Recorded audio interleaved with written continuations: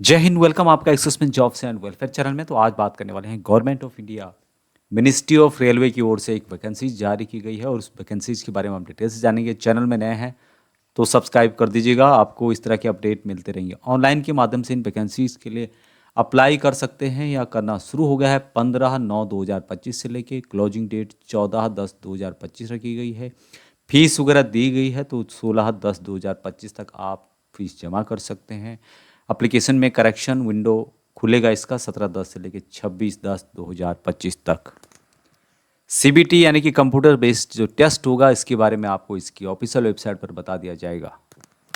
Vacancies का distribution यहाँ पर आरआरबी जोन वाइज बताया गया है कि कितनी वैकेंसीज पूर्व सैनिकों के लिए रिजर्व हैं। यहाँ पे आप देखेंगे एक्सेसमेंट का कॉलम दिया गया है। एक्सेसमेंट EXSM अहमदाबाद गुजरात में एक वैकेंसीज है। अजमेर के अंतर्गत 3 वैकेंसी रहेगी। बेंगलुरु के अंतर्गत 3 वैकेंसीज है। आगे बात करें भुवनेश्वर उड़ीसा में 2 वैकेंसीज है।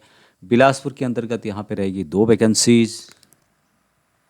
गोरखपुर के अंतर्गत रहने वाली है 1 वैकेंसीज। गुवाहाटी में 2 वैकेंसीज है। जम्मू श्रीनगर में 1 वैकेंसीज है। कोलकाता के अंतर्गत 2 वैकेंसी रहेगी। मालदा में 2 वैकेंसीज है। मुंबई के अंतर्गत 4 वैकेंसीज आपको मिलेगी। उसी तरह से मुजफ्फरपुर में 2 वैकेंसीज है।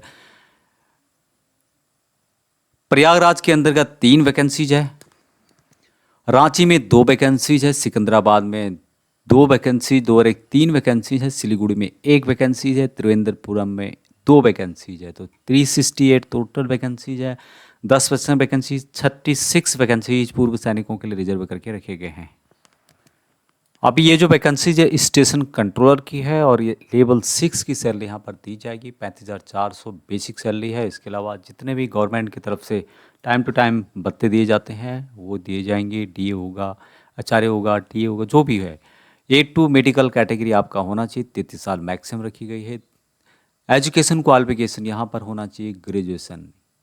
ग्रेजुएशन आपने किया है तो आप इन वैकेंसीज के लिए अप्लाई कर सकते हैं। एज लिमिट 33 रखी गई है, लेकिन पूर्व सैनिकों को एज रिलैक्सेशन एज पर सेंट्रल गवर्नमेंट रूल के अनुसार दिया जाता है। एक्सेसमेंट candidate who have put in more than 6 month service after attestation के बाद जो कसम पीरियड होता है उसके बाद आपने 6 महीने से ज़्यादा सर्विस की है तो आप वैकेंसीज के लिए अप्लाई कर सकते हैं। यहाँ पर पूर्व सैनिकों को जनरल और EWS को 3 साल की छूट दी जाएगी। यानी कि जो भी आपकी एज है उसमें से जितनी आपने सर्विस की माइनस करने के बाद 3 साल आपको माइनस करनी है। आपकी एज 33 साल से ज़्यादा कैलकुलेशन करके नहीं आनी चाहिए। उसी तरह से OBC NCL को 6 साल की छूट दी जाती है। SC और ST कैटेगरी को यहाँ पर 8 साल तक भी छूट दी गई है। एप्लीकेशन फ़ीस 500 रुपये है, लेकिन एक्सेस में कुछ कैटेगरी हैं जिनको कि 250 रुपये फ़ीस देनी होगी। 250 रुपये में से भी आप यदि CBT 1 अटेंड करते हैं तो कुछ पैसा आपका कट करके बाकी वापस आ जाएगा। कुछ बैंक चार्जेस जो होते हैं उनको कट करके।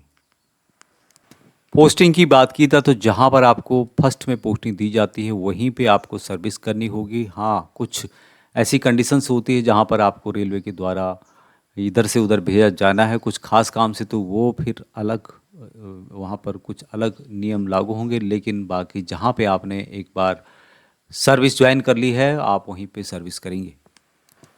डिफेंस में जो सर्विस कर रहे हैं सर्विंग पर्सनल्स हैं आर्मड फोर्सेस के अंतर्गत आर्मी, एयरफोर्स, नेवी में, वो भी वैकेंसीज के लिए अप्लाई कर सकते हैं। लेकिन उनको ध्यान देना होगा कि 14/10/2026 यानी कि जो इसकी लास्ट डेट दी गई है उसके 1 साल के बाद तक आप इन वैकेंसीज के लिए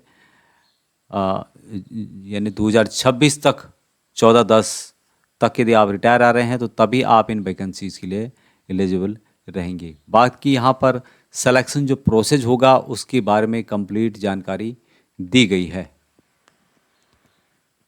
ऑनलाइन के माध्यम से इन वैकेंसीज़ के लिए आप लोग अप्लाई करना है आरआरबी की ऑफिशियल वेबसाइट पे जा कर के। और यहाँ पर सबसे पहले जो सिलेक्शन प्रोसेस है सिंगल स्टेज कंप्यूटर बेस्ड होगा। उसके बाद होगा CBAT और उसके बाद डॉक्यूमेंट वेरिफिकेशन और उसके बाद होगा मेडिकल एग्जामिनेशन। सबसे इम्पोर्टेंट है इसमें CBT और CBAT। हालांकि CBT यहाँ पे ज़्यादा इम्पोर्टेंट है। CBT में क्या क्या पूछा जाएगा जिसमें कि मल्टीपल चॉइस क्वेश्चन होंगे। एग्जाम ड्यूरेशन होगा 120 मिनट का। 120 ही क्वेश्चन होंगे। एनालिटिकल एंड मैथमेटिकल कैपेबिलिटी से लेकर 60 क्वेश्चन पूछे जाएंगे। लॉजिकल कैपेबिलिटी 20 क्वेश्चन होंगे 20 नंबर के, मेंटल रीजनिंग 20 क्वेश्चन होंगे 20 नंबर के, टोटल नंबर ऑफ क्वेश्चन होंगे 100 नंबर के होंगे, प्रत्येक क्वेश्चन होगा 1 नंबर का। नेगेटिव मार्किंग आपको यहाँ पे देखने को मिलेगी, और मिनिमम जो परसेंटेज क्वालिफाइंग मार्क का है उसके बारे में अनरिजर्व के लिए 40%, ईडब्ल्यूएस के लिए 40%, ओबीसी कैटेगरी के लिए 30% है, एससी के लिए 30%, एसटी के लिए 25% है, और एक्स-सर्विसमैन को ट्रीट किया जाएगा उनकी ऑन कैटेगरी के अंतर्गत। फॉर एग्जांपल ईडब्ल्यूएस कैटेगरी 40% लिखा है तो एक्स-सर्विसमैन ईडब्ल्यूएस कैटेगरी को 40% वहाँ के यहाँ पे लाने होंगे। उसके बाद यहाँ पे होगा computer based aptitude test CBAT, और ये होगा कुछ क्वेश्चंस यहाँ पे पूछे जाएंगे, उनका आंसर आपको हिंदी या इंग्लिश में देना है। यहाँ पर इसके बारे में बताया गया है कि जो कैंडिडेट एडवाइज किया जाता है कि आप जो RDSO की इंडियन रेलवे की ऑफिशियल वेबसाइट है वहाँ पे आप विजिट करें। साइको से रिलेटेड यहाँ पर फिजिको जो होता है इसके संबंध में क्वेश्चन पैटर्न किस तरह से पूछा जाता है उसके बारे में जानकारी दी गई है। फाइनल जो मेरिट यहाँ पे बनेगी वहाँ दोनों को मिला के बनेगी, जिसमें कि 70% CBT 1 के नंबर जुड़े जाएंगे, 30% जो नंबर जुड़े जाएंगे आपके CBAT जिसके बारे में बता रहा हूँ उन्हीं के नंबर जुड़े जाएंगे, और इसी बेस पर यहाँ पर सिलेक्शन होगा। डॉक्यूमेंट वेरिफिकेशन के बारे में डिटेल्स में बताया गया है, आप पढ़ना चाहते हो यहाँ पर पढ़ सकते हैं। उसके बाद नॉर्मलाइजेशन के बारे में बताया गया है कि शॉर्ट लिस्टेड कैंडिडेट को जो है यहाँ पर वेरियस जो नॉर्मलाइजेशन कैटेगरी है उसको यहाँ पर अप्लाई किया जाएगा और उसके हिसाब से मेरिट बनाई जाएगी। अप्लाई करने के लिए वेरियस जो RRB हैं उनकी यहाँ पर लिंक दिए गए हैं, आप जैसे ही किसी को क्लिक करते हैं आप उस RRB की ऑफिशियल वेबसाइट में पहुँच जाएंगे और वहाँ से आप अप्लाई कर सकते हैं इन वैकेंसीज़ के लिए। यहाँ पर इसकी डिटेल्स भी दी गई है। जिस भी RRB के लिए आपको अप्लाई करना है उस RRB का यहाँ पर लिंक दिया गया है। यहाँ पर जो होगा मेडिकल होगा A2 का, जिसमें कि फिजिकली फिट ऑल रिस्पेक्ट होना चाहिए, distance vision 6/9 without glass, no fogging test हो। यहाँ पे होगा near vision 0.6 without glasses and must pass test of colour vision, colour binocular होता है, विजन नाइट विजन होता है, वो आपको यहाँ पर पास करना होगा, उसका भी टेस्ट होगा। यहाँ पर एक हेल्पलाइन नंबर दिया गया है। ऑनलाइन भरते समय एप्लीकेशन को कोई प्रॉब्लम आ रही है, कोई समस्या आ रही है तो उससे संबंधित क्वारीज के लिए आप यहाँ पर जो नंबर दिया गया है सुबह के 10 बजे से लेकर शाम को 5 बजे तक जो भी वर्किंग डे होता है उसमें आप यहाँ पर कॉल कर सकते हैं। साथ में ईमेल आईडी भी यहाँ पर दिया गया है तो उसको भी आप ईमेल आईडी कर सकते हैं यदि आपको कोई प्रॉब्लम हो रही है।